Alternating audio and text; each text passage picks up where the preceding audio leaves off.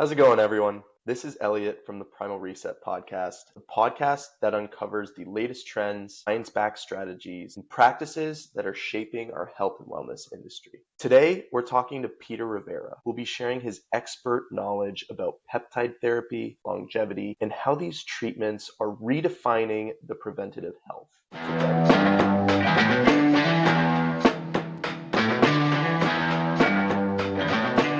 Welcome back to the Primal Reset Podcast. Today we have Peter Rivera. He has been in the industry for the health and wellness industry for about 30 years. He has really dived in deep into the cutting edge world of peptide therapy. Peter is a leading voice within peptide education and therapy, has also been a personal trainer, and is the founder of Responsible Peptides LLC. He's on a mission to make high quality, science-backed peptide treatments much more accessible for everyone. Peter, thank you so much for coming today. It's a pleasure to have you on the show. Absolute pleasure is all mine, Ellie. Thank you very much for having me on. Of course. So tell me a little bit about your background, about yourself, how you got into wellness. My story starts back in high school. My father passed away when I was 17 years old. He was 38 years old and he died of AIDS. And consequently, knowingly gave it to my mom, and she passed away when I was 21. She was 40. So it was very difficult in that space. And at that time in the early 80s, maybe, late 80s, early 90s, where medicine just wasn't really evolved then. And it was very difficult watching both your parents, move on, and you couldn't help them. You couldn't save them, and as a child, that's probably the most PTSD thing you can carry, for a while with you. So that kind of boosted me into my training life, which was wanting to help people. And then at some point I knew that science and exercise and medicine would kind of have to come together somewhere, right? And I wound up injuring my Achilles tendon. I tore it, a slight tear in it, which forced me out of a park ranger job that I had, which I loved, working with the animals. It was fun. And I went to a doctor for 4 months and, just with the boot and stretching. And he said I would never, walk the same again or run the same again, or maybe even run at all, that it would just keep coming back. Well, then I found a peptide called BPC-157, which is a healing peptide, which is naturally found in our gastric juices. And I was reading up on it and I was like, let me check this out. And I tried it and healed my Achilles tendon in 2 months. So Wow. My degree's in biology, and it was like fascinating for me to have science work so quickly, So I was like, oh my God, I got to know more about these peptides. So I was also 45 pounds overweight at that point. It was right after COVID, right? So I was just like, I got to do something to reduce my insulin resistance. So even having over 30 years experience in the fitness world and everything else, I could navigate 10 pounds, but I couldn't get my sugar low enough. My insulin was just spiking every time I ate. I was in constant fight or flight. So I got into the GLP-1s, and semaglutide had just come out, and then tirzepatide had just followed it. And that was like the 2.0 version of it. So I was like, hey, you know what? I'm going to go for the 2.0 version. If it's out, let's see what happens. So having that science background, I tested on myself, and 4.5 months, I lost 45, and my body came back to homeostasis. And then that's when I was like, what else is out there? Like, right. You get a little taste of one and then you go to another one. Right. And then you're like, man, this is so much better than any medication out there. Right. Because at the end of the day, the peptide is only a small amino acid chain. That's all it is. It's not a medication, which is a misconception out there, because they're treating it for a disease like diabetes. They call it a medication, but it's really not. It's actually just a protein, and that's all it does. But these magnificent proteins we actually produce in our own bodies. But what it is over time, it diminishes as we get older, to our environment, our food, all those kind of lovely things, aging, it changes a lot of them. So there's a multitude of peptides out there that most people don't even know about that can do some miraculous things that medicine could never touch. Yeah, I mean, what a story. That's very inspiring, very interesting. And to your point of kind of figuring it out for yourself at the start, and that's what creates interest, right? Yeah. If something's working for you at the start and you've tried this new thing, you just want to know more. So that's a great story. It's very interesting. It's a sad start, and I'm sorry to hear that. Yeah. I appreciate With, it. yeah, of course, I never wish anyone would have to go through that. From what I've heard and what I've seen from you as well, you've definitely established yourself within trying to help other people as well with peptides and kind of getting them to understand the educational standpoint of why peptides are good for you. And we can see this in a lot of different things as well, where melatonin, for example, like we produce melatonin to fall asleep. And as we age and depending on the certain activities that we do, whether it's watching TV or being on our phones before going to bed, it diminishes our melatonin. And we have to replenish it with melatonin in Right. order to be able to have a good night's sleep, right? So kind of in the same way with peptides, like we do produce a lot of these natural supplements, but we're not aware that we produce it and we're not aware how to utilize it as well. How would you say that you mixed with growing up with the same old healthcare system that we've always had and modern science with old school that you've kind of combined to make it more natural health practices? How do they work together? How do they clash? So perfect example of how they work together is actually personally, I actually just had an A-lift surgery 7 months ago.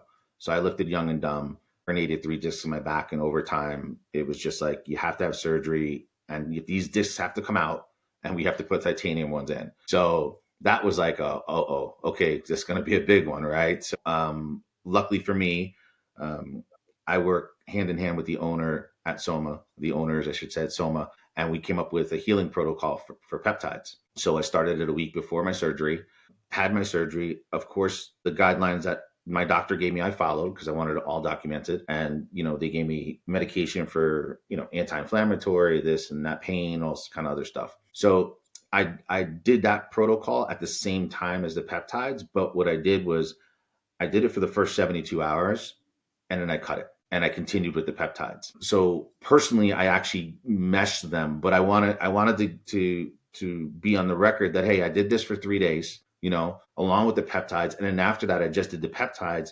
And I have to tell you, a week out, I was pretty much no pain. I was walking 1.5 miles a day. When I went to see my doc at my 3-week appointment, he said, I've never seen anybody heal as fast as you. He's like, what are you doing? And I said, well, it's all documented on my medical files. I was like, I'm on BPC, I'm on copper, I'm on SS31, I'm on CJC 1295. I'm on ARA 290 for neuropathy. So, all these things. So I literally was the perfect example of what you just asked. The clashes that I see are the misconceptions of what peptides are and what they do, and also the lack of education. And I think that's the most important part, right? So I think the more you're educated about anything, you can learn it, right? You can understand it better, the more education you have. If you don't have the education, then you're usually going on what you heard, not what you learned. And those are two different things, right? Oh, So absolutely. so I think that's where people need to go to JAMA, which is a medical service or a medical entity. Go to New England Journal of Medicine.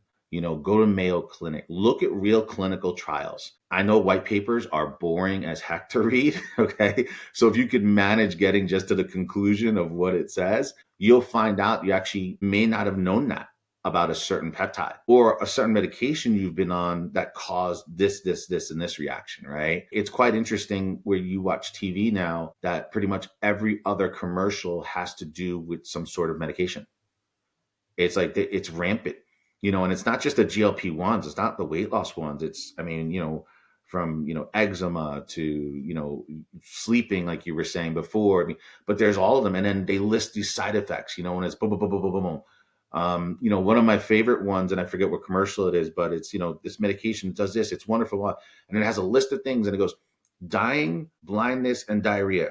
And I go, well, does the dying come first and then I go blind and then I have diarrhea? Like, I don't understand, but I don't want that. So, I look at that and I'm like, wow, I'm like, it's just rampant everywhere and it's just pushed down your throat. Whereas if people actually understood in the history of peptides, nobody's ever overdosed and nobody's ever died from peptides, ever. Insulin is a peptide. Most diabetics don't even know that are taking it because they're like, what do you mean? I go, well, we produce it naturally. Every time you eat, your pancreas secretes insulin. That's what it is. And that monitors blood sugar. It's not rocket science, as I would say when I used to train people and athletes like yourself. I'd say it's application. So it literally is an A to a B. It's a straight line, And what happens is in between that straight line, people try to blur it or gray it up or muck it up for some reason. And it's really not necessary, because I mean, that is the misinformation, train is real. And unfortunately, more people are on it because they don't want to invest in educating themselves. And I'm hoping to let people know, hey, listen, there's a place you can go to get the proper education, and it's with Soma Peptides. We do everything scientifically backed. Like there's nothing we do that's haphazard. Everything is boom, boom, boom, boom. And if something doesn't mesh in between, they scrap it and start over. So it's if it doesn't come out perfect, then it doesn't go out, and that's what I love about working with them and with Soma itself is the science behind it, because I'm a science guy, but science doesn't lie. There's no in between. It either is or it isn't, right? There's no gray area when it comes to that. So I think the education part is definitely going to be the key for more people to get the misinformation down and to get the level of peptide use up, and I Yeah, think I agree. I think the education standpoint that we've had is, like you said, we either hear it from someone or we kind of see it on social media and we're not quite sure if that's true or not. And I'm kind of curious, what's your opinion on how we can attract more people to science-backed education on more natural, holistic health with peptides or anything else? so there's some people in the forefront of this industry, right? So you have a Dr. Tina, who has a great podcast who talks about peptides. You had Dr. Peter Atita, who's one of them as well. But the go-to for me is going to be Dr. Seeds, and he has a company called SSRP, and he actually has a peptide certification and has educational courses just not only on peptides but on supplementation and how the body works and things like that. And those are the people you seek out. Those are the people who are the forefront of the industry. I would definitely tell people, don't rely on social media. I have a lot of people come to me and they're like, well, I'm on the GLP-1s and I've only lost like 46 pounds in the first month. Well, I'm like, well, that's the average weight loss, and they're like, but Becky in Indiana, or, in Nova Scotia lost 40 pounds in her first month. And I'm like, no, she probably didn't. It's like, there's a gentleman I follow, David Goggins, and I love him and love his mindset. And he says, no one ever puts out the bad stuff on social media. Nobody ever Yeah. puts out their losses, right? It's always, hey, it's a win-win-win. I'm doing great. You know what? Not everybody does great out of the gate. There's different circumstances that have to happen. You got to put the work in regardless, right? And this is being a former athlete, professional athlete. If you don't put the work in, you don't get the reward, Exactly. and that's what it comes down to. So I think that you can really do some amazing things with these peptides. Educate yourself in that realm, though, with the Dr. Seeds, SSRP, like Dr. Tina's, Peter Tita. Those people will really focus in on the science aspect of it. And that's what you kind of want to follow. All right. Yeah, that's great information. And to your point, I do believe that we're all caught up in the results and not in the process. And it is difficult because reading all these white papers from Mayo Clinic or New England Medical Journal as well, it's definitely difficult to read through that and want to be educated. And especially if you're not doing it yourself and not seeing that result and seeing everyone else's results where, Becky from Indiana or Nova Scotia is losing quicker than I am. What we have to understand at the same time is all of our bodies are different. We all react to peptides or any sort of treatment differently, whether it's, the treatment you get from doctors at the hospital with a bunch of side effects. Sometimes people don't get those side effects, Right. right? And sometimes they Mm-hmm. do. And that's why they kind of give you that disclaimer. But at the same way, it works holistically as well. So if you take a certain peptide for whatever reason it may be for you, that doesn't mean you're always going to get the best results compared to other people. And I think we compare ourselves a bit too much and we don't focus on our own journey. And that's kind of where the education point falls off. Mm-hmm. Yeah, it's definitely a difficult world and not everyone's going to care about the education standpoint of it. I always try to encourage people to do some research, look out for what they can do for their body, and talk to people like you where you can really personalize the approach where, hey, like I've learned a little bit about you. We can try this. If this isn't the most effective way, there are multiple other ways that your body may react better to. Yeah. And that's kind of what my goal is in sharing with the world and social media wise as well, trying to get experts on this podcast to share their education but also to attract those people who want to see a result, but want to learn the education at the same standpoint. Because if I say I want to lose 20 pounds and you help me lose 20 pounds, but I have no idea what you gave me and why you gave it to me, then I Yeah. haven't really achieved anything at that point. Right. There's no lifestyle change there, right? So, and that's what Exactly. it is too. The other thing too, I would implore people to do is twice a year, get your blood work done. See where your numbers are at. Everyone's like, oh, I'm pretty good. And I'm like, okay, well, are you hormonally balanced? Because you're a 50-year-old woman who might be going through menopause right now. And that's why you're having trouble with the weight loss and the GLP-1s aren't kicking in right. So you need to manage that first. So, get your blood work done, get your hormonal panels done, know where you're at, because like we discussed before we started this recording, this is all about preventing, right? This is prevention. This isn't waiting until we get sick. Okay. It's not sick care. This is like saying, hey, listen, how do I navigate this world, this life of mine in the most healthiest manner possible so that I don't wind up with cancer or Alzheimer's or diabetes, or something that is going to be debilitating and in the end kill me, and it's going to be a bad, horrible death. You know what I mean? So this is all about preemptive stuff. And if you have a history of it in your family, then chances are you have a precursor. And it's okay to go to your doctor and say, hey, listen, I have a history of like heart attacks in my family. Can you test me for a precursor to see if I have that? Because they can test for that. You just have to ask for it.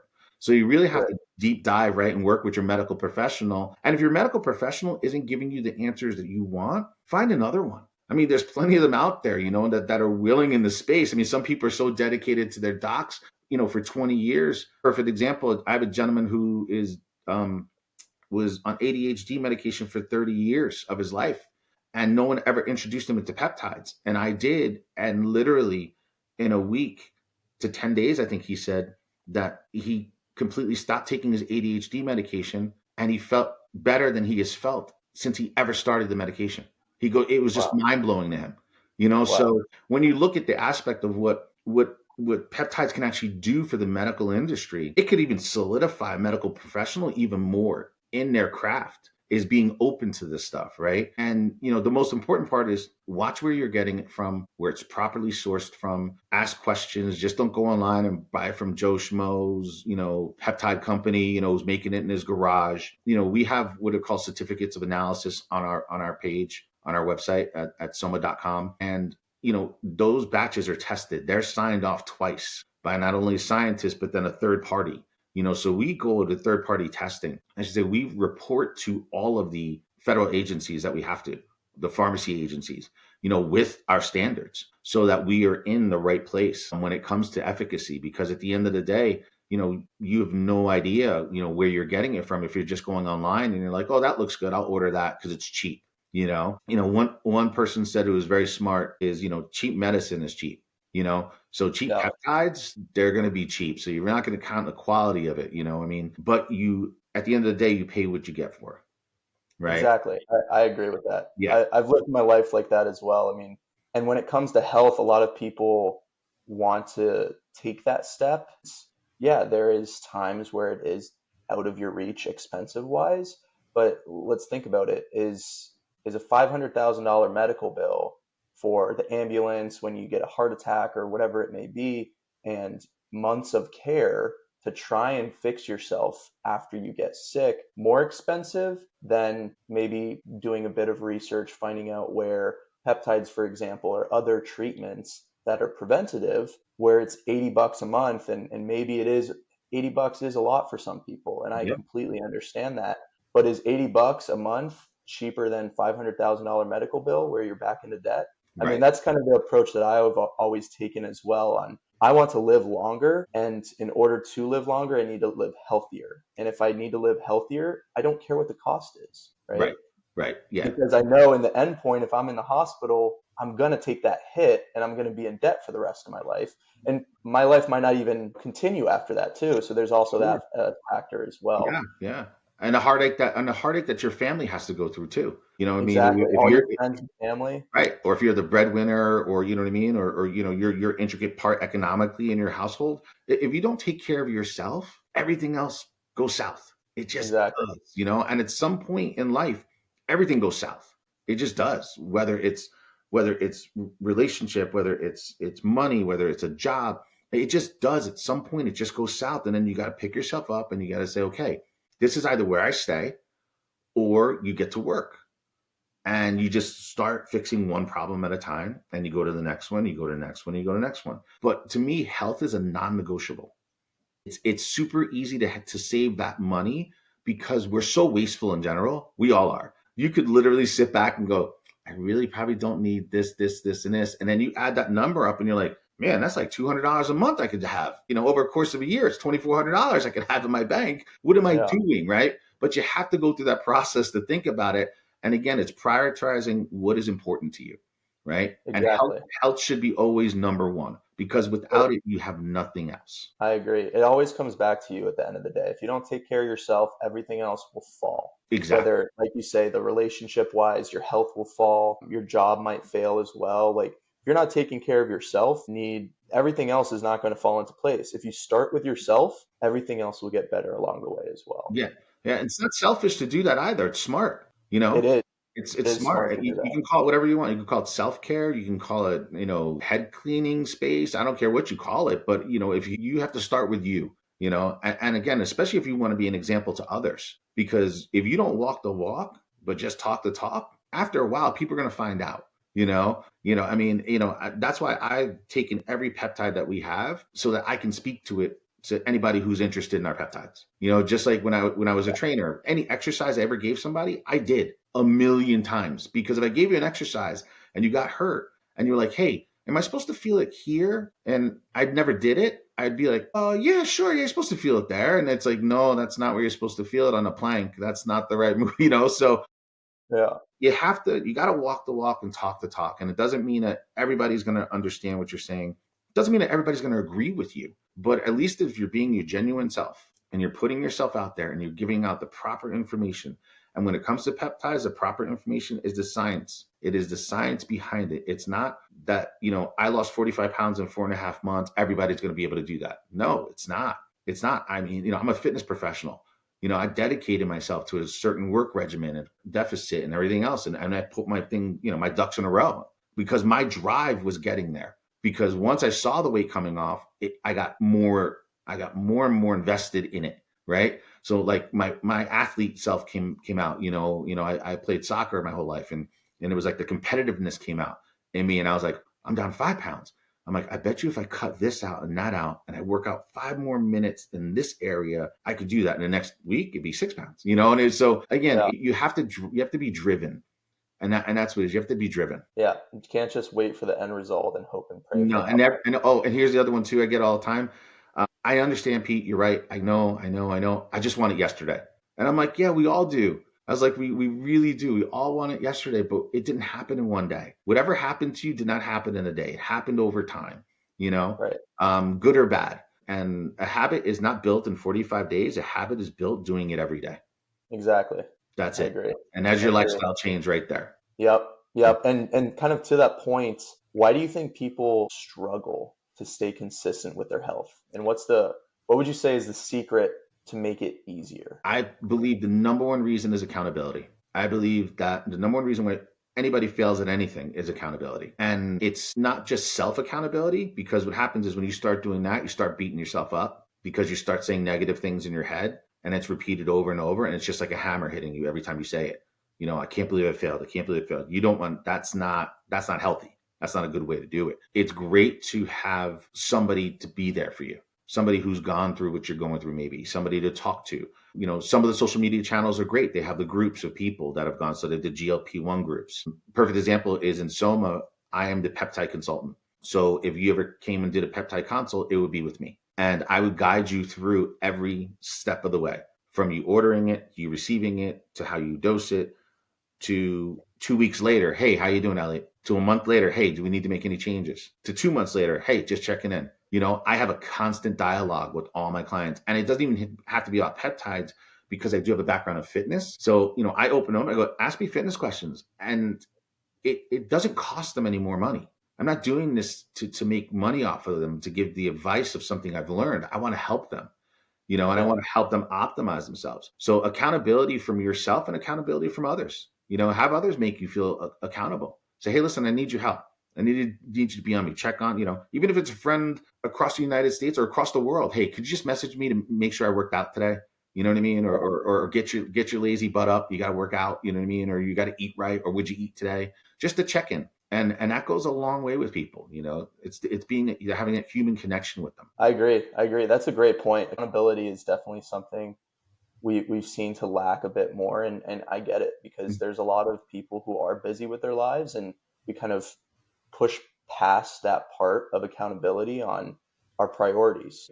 I have this for work, or I have this, and I have kids, and they're doing this, and then I also have to cook, and then I also have to clean. And I mean, there's a lot that goes on in people's lives, and we kind of need to sit down, I would say even once a week with the family, or even if you're by yourself as well, and just kind of, what is my priorities? What do I want to get straight? And what's my goal? Where do I want to get to in life? And how can I take the steps to get there?